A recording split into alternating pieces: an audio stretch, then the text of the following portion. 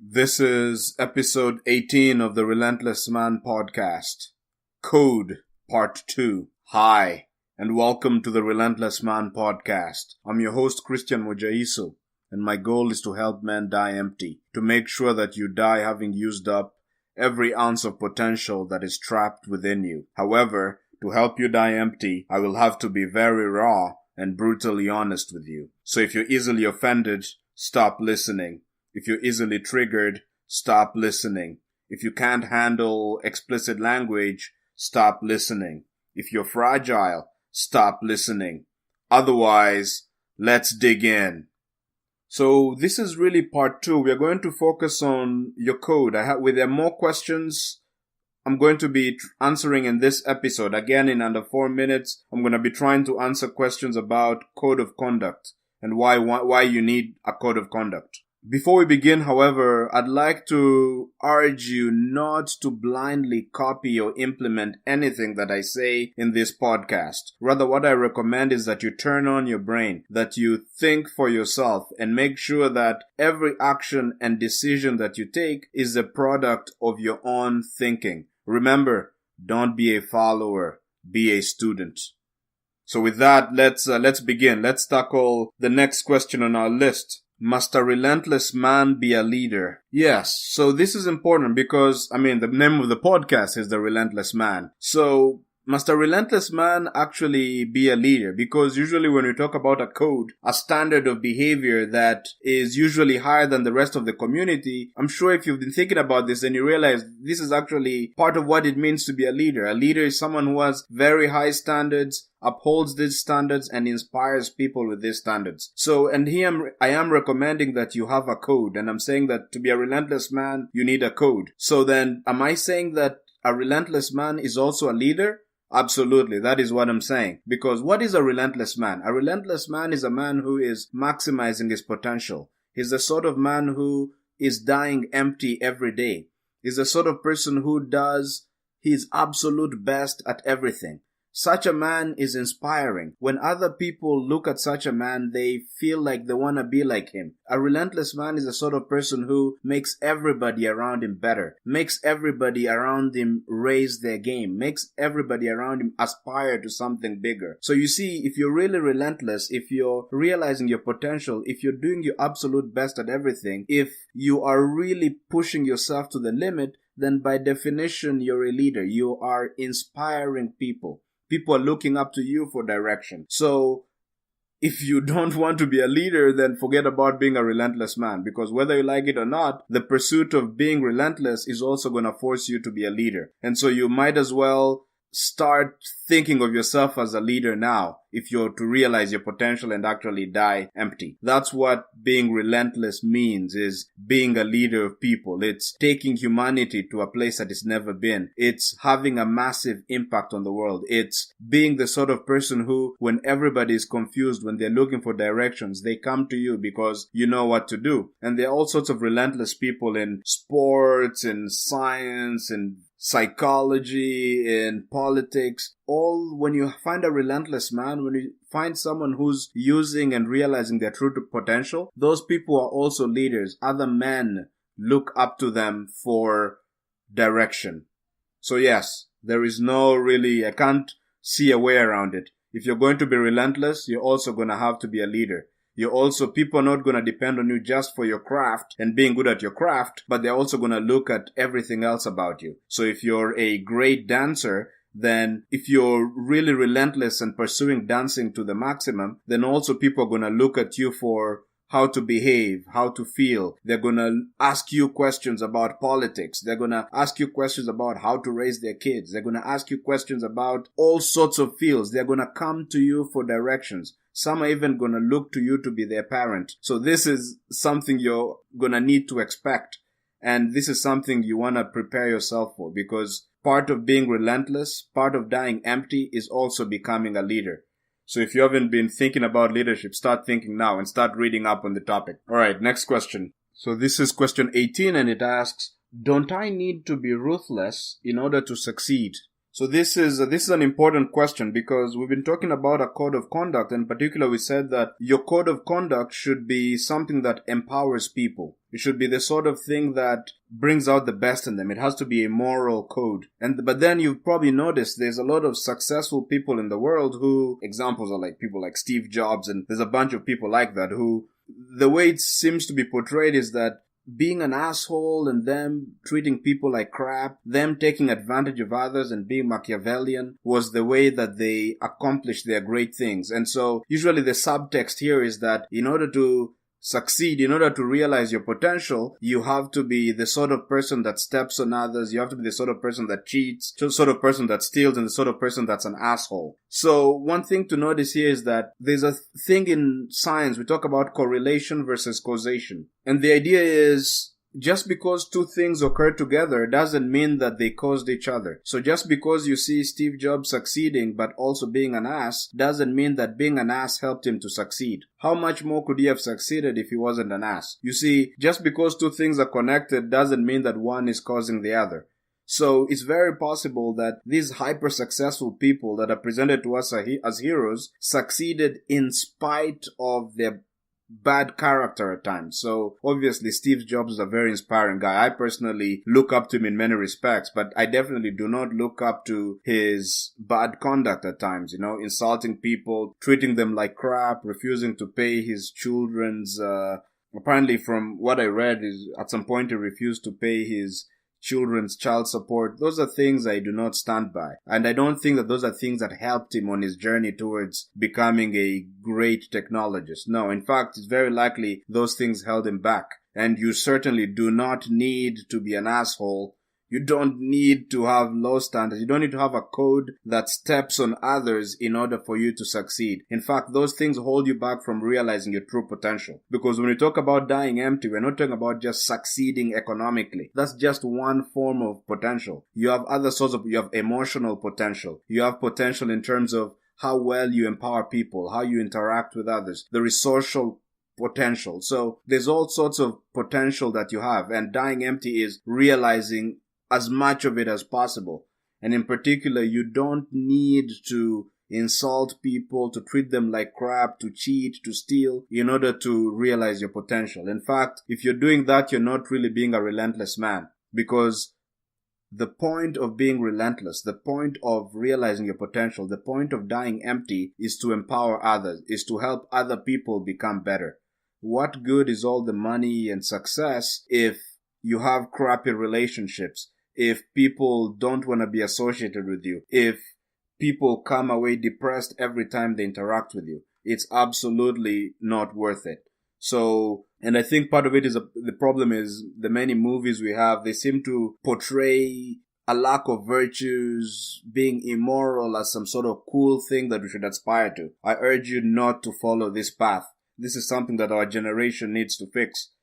You could succeed, you could achieve great things, you can realize your potential, and you do not need to be an asshole to do it. Your code of conduct needs to empower you, and it also needs to empower everybody around you.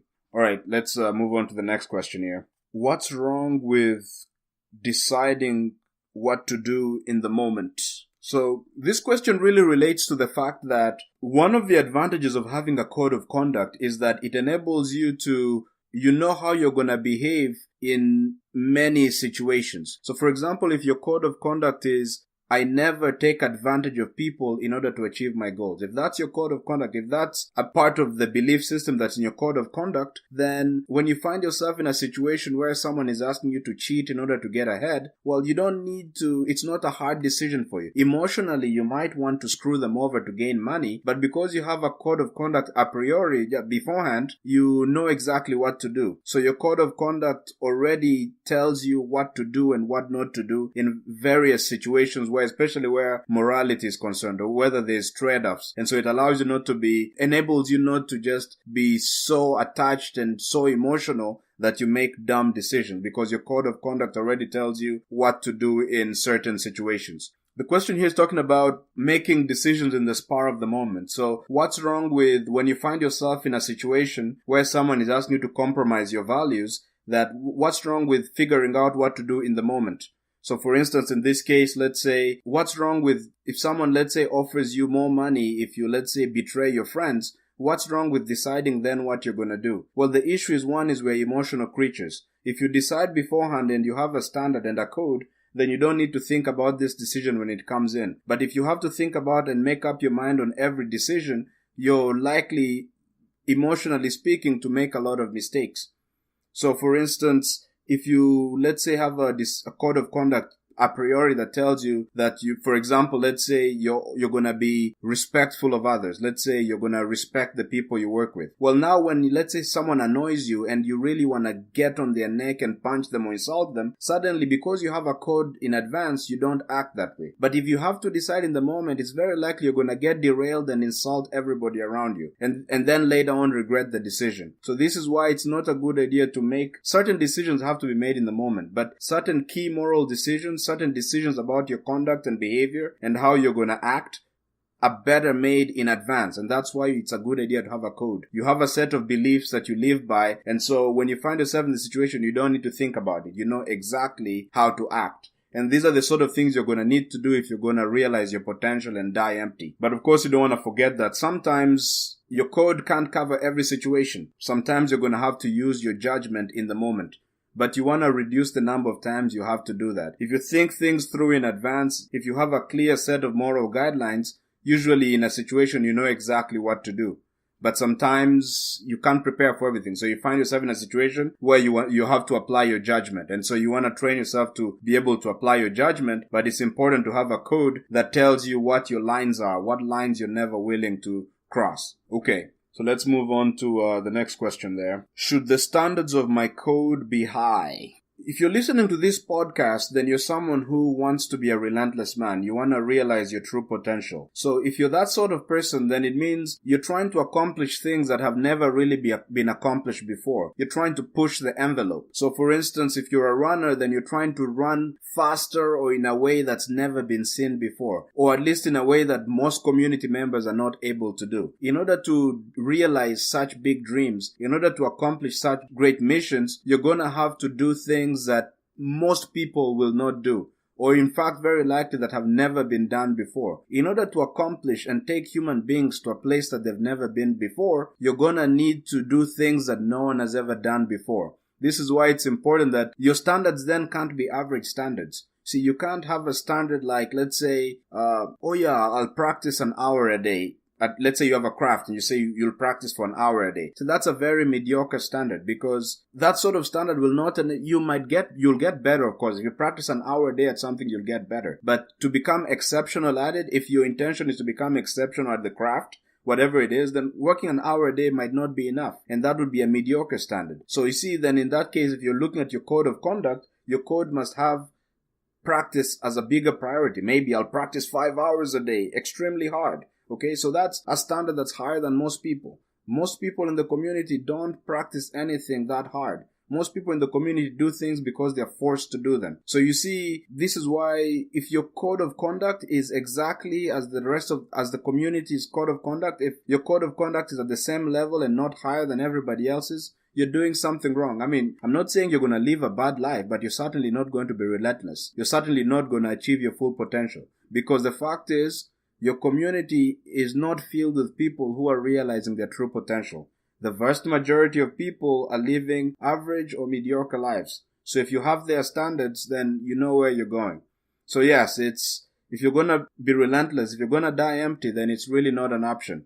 Your standards need to be higher than everybody else's. Your standards need to be higher than those of the community. That means that your code is going to be higher than the code that other people have. In particular, it's very likely not going to be a code that is just the laws of the country or what everybody else says. No. A relentless man is a leader, and a leader has standards that are higher than the community's. That's why the community looks up to him for direction, as opposed to him looking to the community for direction. Alright, so next question. Why does a relentless man need a code? A relentless man is someone who maximizes potential and lives life to the fullest. Why do you need a code in order to do that? The reason is that, there are obviously many reasons. One reason is that since a relentless man is trying to achieve, by definition, if you're relentless, you're trying to achieve something extraordinary. To do that, as we've been mentioning before, you're going to need to have a standard you don't just need to have a standard, but you're going to need to have a really high standard. So in particular, if you have no code, then it means that you really don't have any standards. So if you don't have any standards and you're doing what everybody else is doing, then how the heck are you going to be relentless? How the heck are you going to take human beings to a place they've never been before? How the heck are you going to push the human race forward? So this is one reason why you need a code. Another reason is that we are human beings and we tend to be emotional. What that means is that in the heat of the moment, we tend to make bad decisions. But if you have a code of conduct, then you're in the heat of the moment, you don't need to worry because the important key decisions were made already. So let's say if someone is giving you a hard time, let's say your friends want you to go have a beer with them, but you're supposed to be practicing. Well, in the moment, you might feel like abandoning your practice and going to have a beer with your friends. But if you have a code in advance, then this is not an issue. You know exactly what to do. Despite the fact that you really want to go hang out with your friends, you say, no, sorry, my code says I gotta work, so you go and work. So that makes it simplifies your life in a sense. A code simplifies your life. It not only enables you to know what you want to do, it also tells you what not to do. I'm trying to think of if there's any other advantage I could think of having a code. Oh yes, also a code makes you a dependable and reliable person. That means that people around you are not guessing about how you're going to behave, or they're not left guessing about who you are, which makes you, okay, I think I'll have to think about that more. Let's move on to the next question. The next question is, can I suspend my code in order to fit in? Here, presumably, the question is asking, well, okay, sure, I have a code of conduct, but can I, let's say, choose not to follow it in order to fit into the community? Because my code is making me stand out.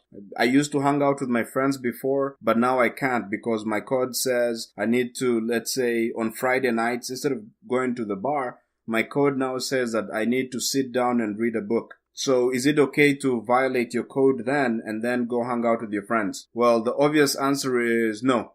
If you're a relentless man, if you're trying to realize your true potential, what the code means is a code of conduct. A code is a set of standards that you never violate, a set of beliefs that you never violate. So in particular, you're not going to violate them just to fit in with the rest of the community. Because as we mentioned before, a relentless man is a leader. What's one of the markers of a leader? A leader stands out. If you want to be relentless and die empty, by definition, you're not like everybody else. You're trying to do things that no one around you can do.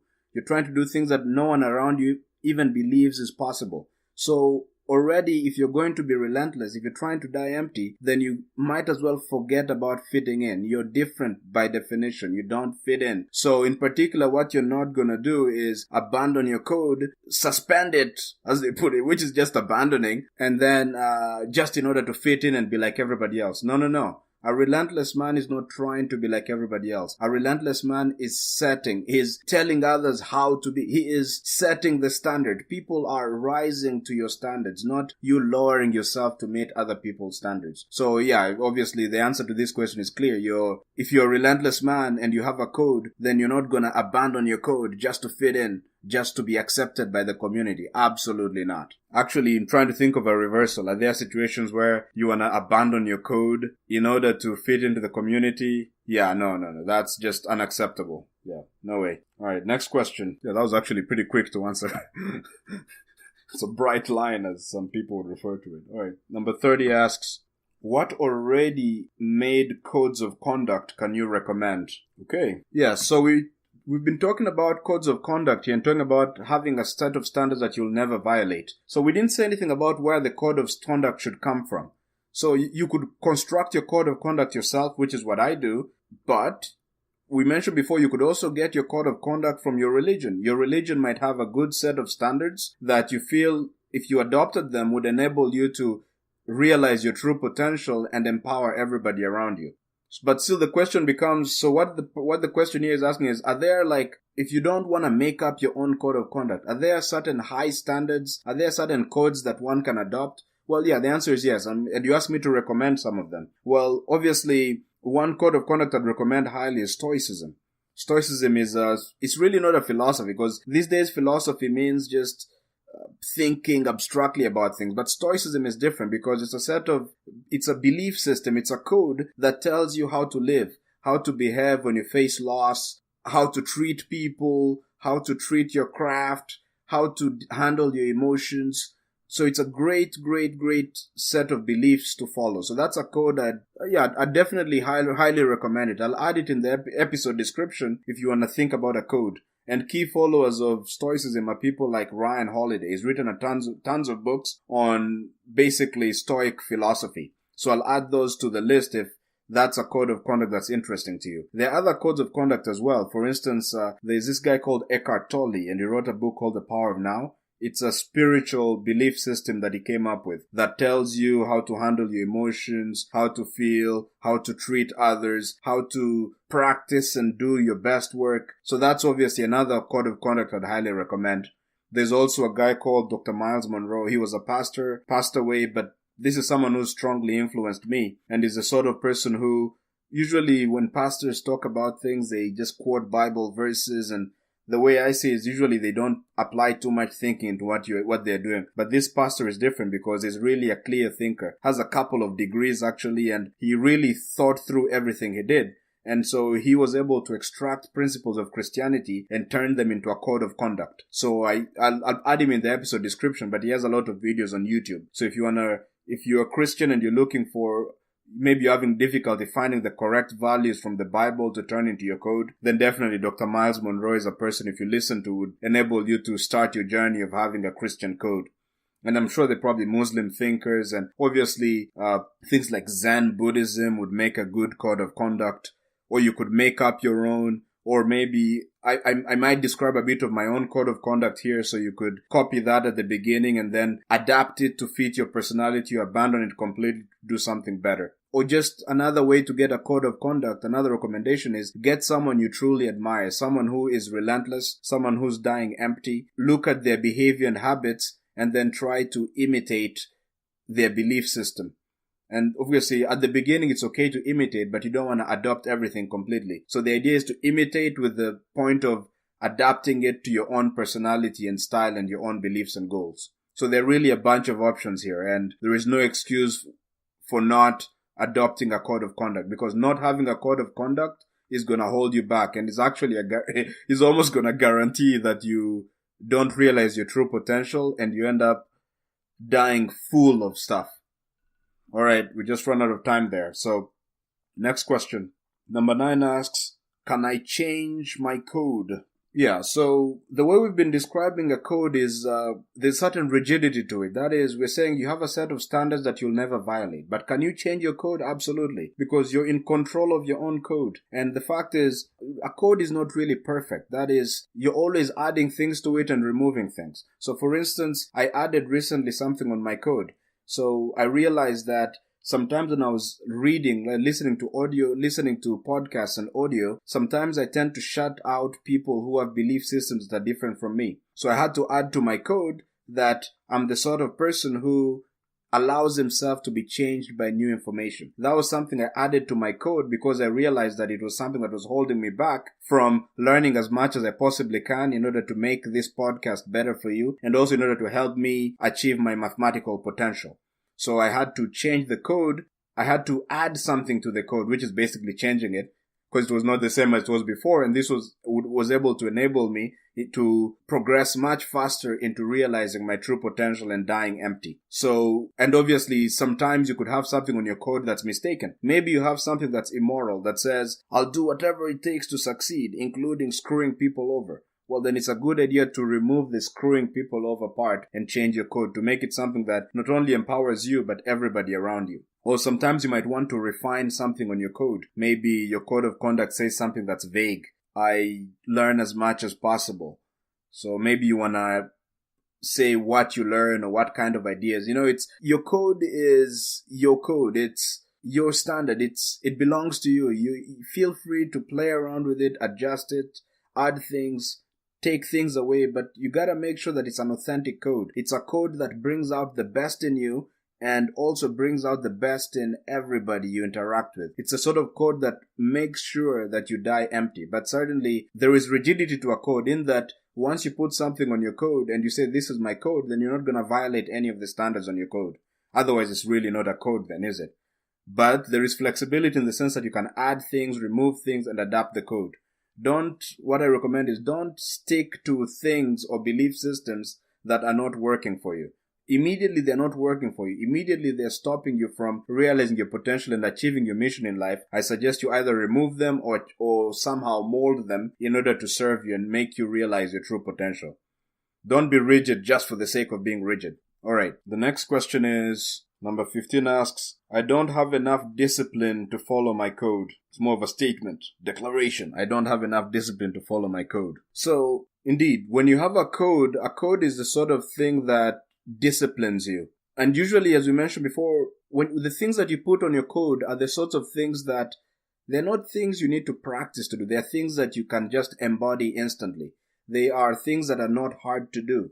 So maybe part of your code may be, I practice my craft for 4 hours. This is just who you are. It becomes your identity. So the thing with an identity is, it's a sort of thing that if something is your identity, you don't violate it. So the way you could be disciplined here is with your code.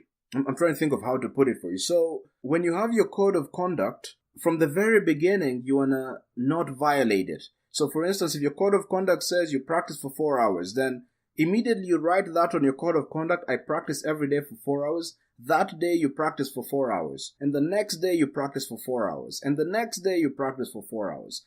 If you don't violate it at all, and by that, if you say 4 hours, it's exactly 4 hours, not 3 hours and 59 minutes. If you're maniacal about making sure that you follow your code completely, then it becomes something that over time is easy to implement. You're not, because you don't violate it at all. It's one of those things. For instance, maybe there's certain things you're already disciplined in other things. For instance, perhaps one of the things that's on your code is you don't betray your friends. This is just who you are. But you didn't need to practice. You didn't need to become good at not betraying your friends. You just don't betray your friends. How are you able to maintain that belief system? It was simple. That is, you just didn't violate it at all. From the very beginning, when you said, I don't betray my friends, you never betrayed your friends. So it became easy to implement. It's just who you are. That's the same thing with your code. When you sit down and you write down your code, from the moment you penned it down, you follow it to the letter. You follow it to the ladder. And when you do that, you don't really need discipline or effort to realize things that are on your code, because your code is not something you're aspiring to become. Your code is who you are as a person. It's your identity. Just like you're a man or you're a woman, you're from Uganda or you're an American. Another part in your code is also it's who you are. You don't need to work hard to be yourself. You're already yourself. So you don't need to willpower. You don't need to try to follow your code. It's not a hard thing to follow your code. The things you put on your code are the things you can embody now. And just make it a habit of not violating it at all. If you make a compromise on your code, then it's no longer a code. Okay? The compromise becomes the new standard. So you want to be completely strict and not slack off even by a millisecond. Alright, so I hope you found this episode to be very valuable. Thank you very much for listening. Remember that this podcast is really your podcast, and I am your servant. My goal is to help you realize your true potential and die empty, so that you not only empower yourself, but empower the world, so that the world is better because you came this way, so that the world is massively transformed. So if you have any questions, if you have any suggestions about how I could best empower you, how I could best help you to realize your true potential, or if you just have any ideas or questions, please email me. My email is in the episode description. Otherwise, thank you very much for listening and have a relentless week.